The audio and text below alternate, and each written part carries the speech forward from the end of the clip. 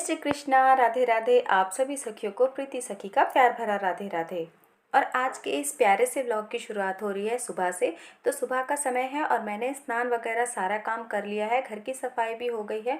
और यहाँ पे मैंने अपने लाला का सुंदर सा श्रृंगार किया है। और क्योंकि आज एकादशी है तो आज मैंने अपने लाला को ये ऑरेंज कलर की पोशाक धारण कराई है और मैंने भी ये पीले कलर का सूट पहना है।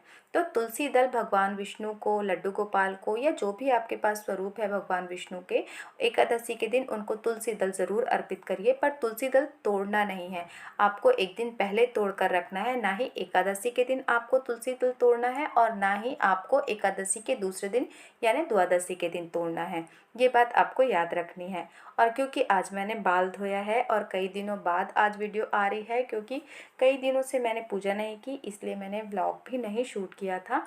और यहाँ पे बाल मैंने थोड़े से सूख गए हैं तो अभी बनाए हैं। पहले बालों का पानी सुखा के उन्हें ऐसे ही मैंने रबर बैंड लगा ली थी और फिर अभी मैंने यहाँ पे बाल बनाए हैं। और सावन शुरू हो गया है तो इसलिए मैंने यहाँ पे पूजा की थाली लगा ली है और 2 लोटे जल लेकर जाऊंगी, क्योंकि सावन में भगवान भोलेनाथ को 2 लोटे जल चढ़ाना चाहिए। और यहाँ पे जो बेलपत्र है इसके पीछे का जो भाग है ये तोड़कर ही भगवान भोलेनाथ को चढ़ाना चाहिए। और कोशिश करिए कि आप इसे तोड़ने के समय अपने नख का प्रयोग ना करें।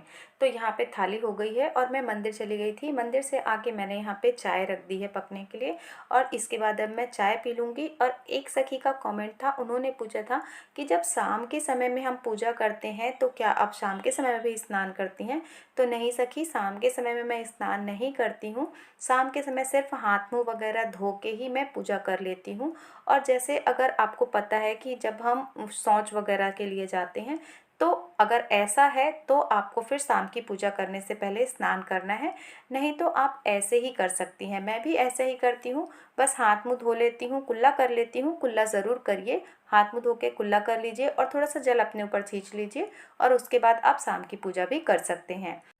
और अभी यहाँ पे जो बेड में बेडशीट वगैरह फैली हुई है उन्हें समेट कर रख दूंगी। और क्योंकि हमारे यहाँ काफ़ी बारिश हो रही है, 2-3 दिन से लगातार बारिश हो रही है। कुछ कपड़े मैंने धो भी दिए थे, बेडशीट वगैरह भी धो दी थी, थोड़ी धूप खुली थी तो, पर लेकिन फिर आधे घंटे में बारिश आ गई जिसके कारण कपड़े सूख नहीं पा रहे हैं।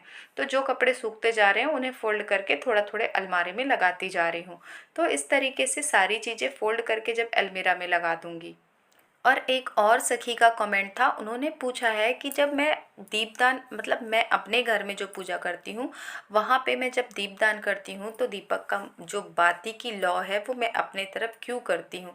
तो सखी ऐसा है कि हमारे घर का जो कोना है उसकी दिशा ऐसी है कि वो उत्तर की तरफ करके मैं लगाती हूँ। जैसे कि मेरे घर का जो मुख्य द्वार है वो उत्तर मुखी है, तो अगर मैं अंदर की तरफ दीपदान के समय दीपक की लौ रखूंगी तो वो दक्षिण की तरफ हो जाएगा और दक्षिण की तरफ दीपक नहीं लगाया जाता लौ करके, इसलिए मैं उसे अपनी तरफ करके लगाती हूँ। और जब गोल बाती लगाते हैं तब तो ऐसा कुछ हो है ही नहीं। और यहाँ पे आज एकादशी है तो आज यहाँ पे चावल तो बनेंगे नहीं, तो यहाँ पे आज मैं बनाऊंगी पूड़ियाँ। तो आटा मैंने लगा लिया है और यहाँ पे अब फटाफट बस गर्मा गर्म पूड़ियाँ सेक लूँगी। और ऐसे कुछ दिन होते हैं ना जिस दिन पे ये पूड़ियाँ वगैरह बनती है, इस दिन एक अलग सी पॉजिटिव वाइब आती है। मैंने कई बार महसूस किया है कि जब इस तरीके का माहौल होता है, पूजा पाठ हो रही है, धूप दीप हो रही है, तो कुछ विशेष तिथियां होती हैं और इस दिन अगर हम पक्का खाना बनाते हैं, जैसे पूड़ी वगैरह बना लेते हैं, थोड़ा कुछ भले भोग ही लगाने के लिए बनाए, एक अलग सी पॉजिटिव वाइब्स आती है। क्या आपने इसको नोटिस किया? अगर किया होगा तो मुझे कमेंट में ज़रूर बताइएगा। और ये जो सावन का महीना है ना, ये हम कृष्ण भक्तों के लिए बहुत ज़्यादा मायने रखता है। इसकी बहुत ज़्यादा वैल्यू बढ़ जाती है हम लोगों के लिए, क्योंकि हम जो कृष्ण भक्त हैं, हम जिसकी आराधना करते हैं भगवान श्री कृष्ण की, वो भगवान भोलेनाथ को अपना इष्ट मानते हैं। तो जो हमारे इष्ट श्री कृष्ण हैं, लड्डू गोपाल हैं, उनके भी इष्ट का महीना यानी भगवान भोलेनाथ का पवित्र महीना चल रहा है। तो इसमें हमारे लिए भी कुछ ज़्यादा करने का समय है।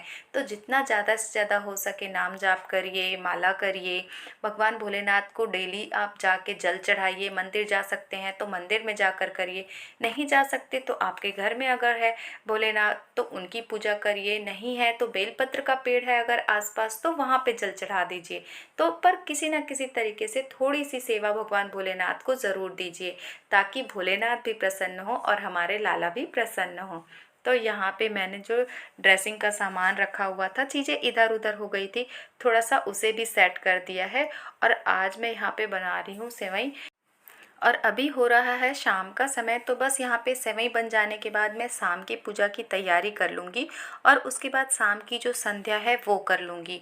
और शाम के समय जब हम पूजा करते हैं तो उस समय हमें अपने जो दहलीज है वहाँ पे दीपदान ज़रूर करना चाहिए।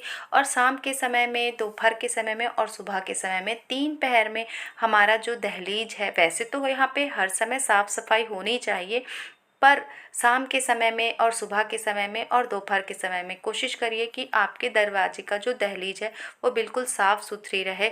और ख़ासकर जूते चप्पल तो बिल्कुल भी दरवाजे के पास ना रहें। बहुत सारे लोगों को मैंने देखा है कि दरवाजे के पास ही चप्पल उतारते हैं।